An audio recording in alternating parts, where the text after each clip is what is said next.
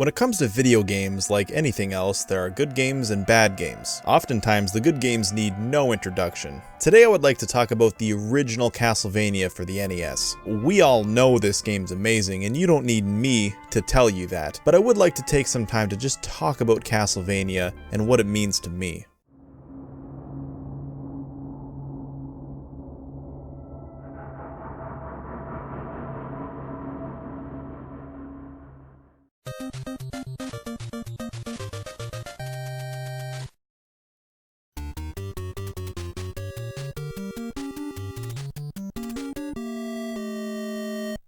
Castlevania was developed and published by Konami for the NES in North America in 1987. I've been playing this game my whole life. In fact, I have a home video from roughly 90-91 of me laying on the ground playing this in front of the TV. From as early as I can remember, I've had a strong fascination with anything scary, whether it be movies, books, poems, pictures, paintings, ghost stories, UFOs, honestly anything. During my childhood, when my parents would have company over, I would almost always ask our guests if they've ever seen a ghost. If they said yes, I would pick their brains as much as I could. You would think that I would have come off as the most annoying kid around, but thankfully our guests always seemed happy to tell me their stories and answer any questions. I was just so enthralled with horror and the unexplained. I'm happy to say that not much has changed, so perhaps my strong interest in horror naturally drew me to Castlevania. I wouldn't disagree with someone if they said that Castlevania is Universal Monster Movies, the game.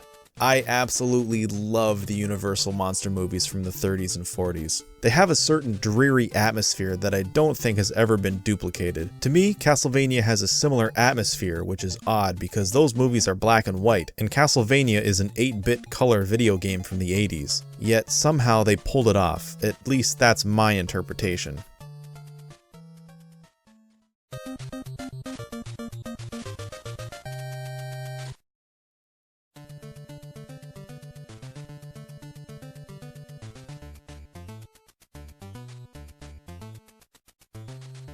Oh man, that start screen is so iconic for me. I've always had a strong connection with Castlevania, but why? Is it the graphics, the music, the level design, the atmosphere, the horror motif, nostalgia? Well, I suppose it's all of these things. The graphics, music, and horror theme are all integral to this game's haunting atmosphere.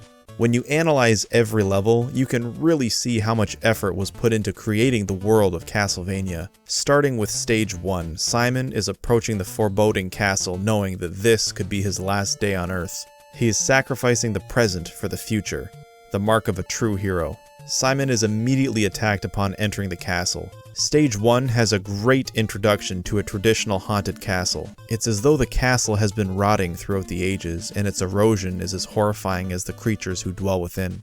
It gives off a sense of hopelessness and despair, all while giving you a clear message: Dracula needs to die. The hopeless melancholy is conveyed differently yet consistently throughout the entirety of the game. From torn curtains and bleached white skeletons to mummies and Frankenstein's monster, Transylvania has only a small glimmer of hope, and that hope is you.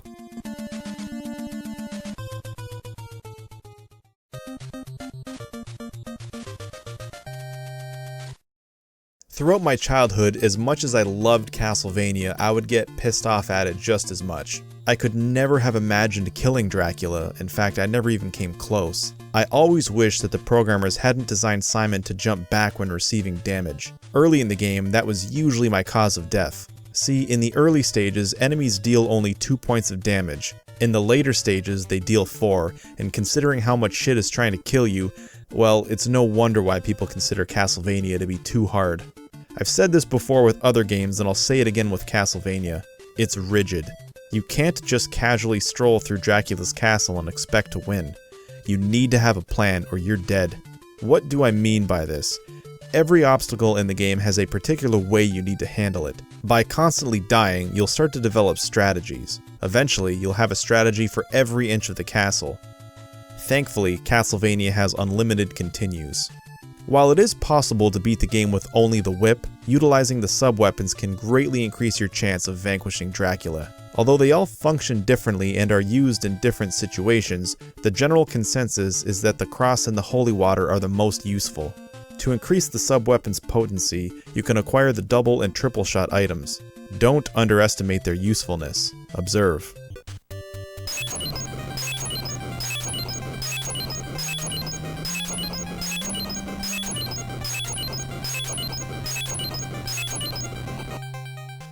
I was 25 years old the first time I ever beat Castlevania, and I have seldom felt that kind of satisfaction.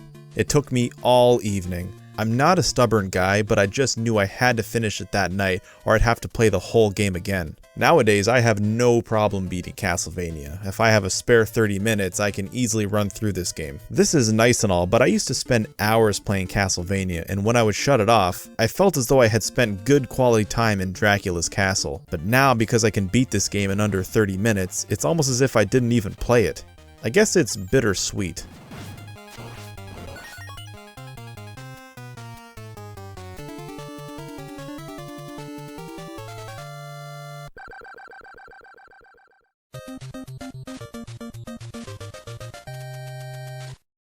The NES is one of my favorite consoles of all time, and Castlevania is one of my favorite games. It has everything I love: rockin' music, haunting graphics, grotesque enemies, tight controls, an intense challenge, and it's short enough to be easily replayable. Starting out as one of the earliest horror-themed video games, Castlevania went on through the decades as one of the most successful franchises in video game history. With dozens of games across a multitude of platforms, we owe it all to Castlevania for the Nintendo Entertainment System.